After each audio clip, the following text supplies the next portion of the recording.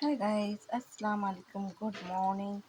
अभी बज रहे हैं 8:30 और हम बना रहे हैं लोग। आज है ट्यूसडे और हम बना रहे हैं लौकी के पकोड़े। ये है लौकी और ये है तेल। इसको ऐसे ऐसे डाल दो। बाहर हो रही है बहुत तेज बारिश गाइस। तो ये देखिए गर्मा गर्म चाय भी रखी है हमारी।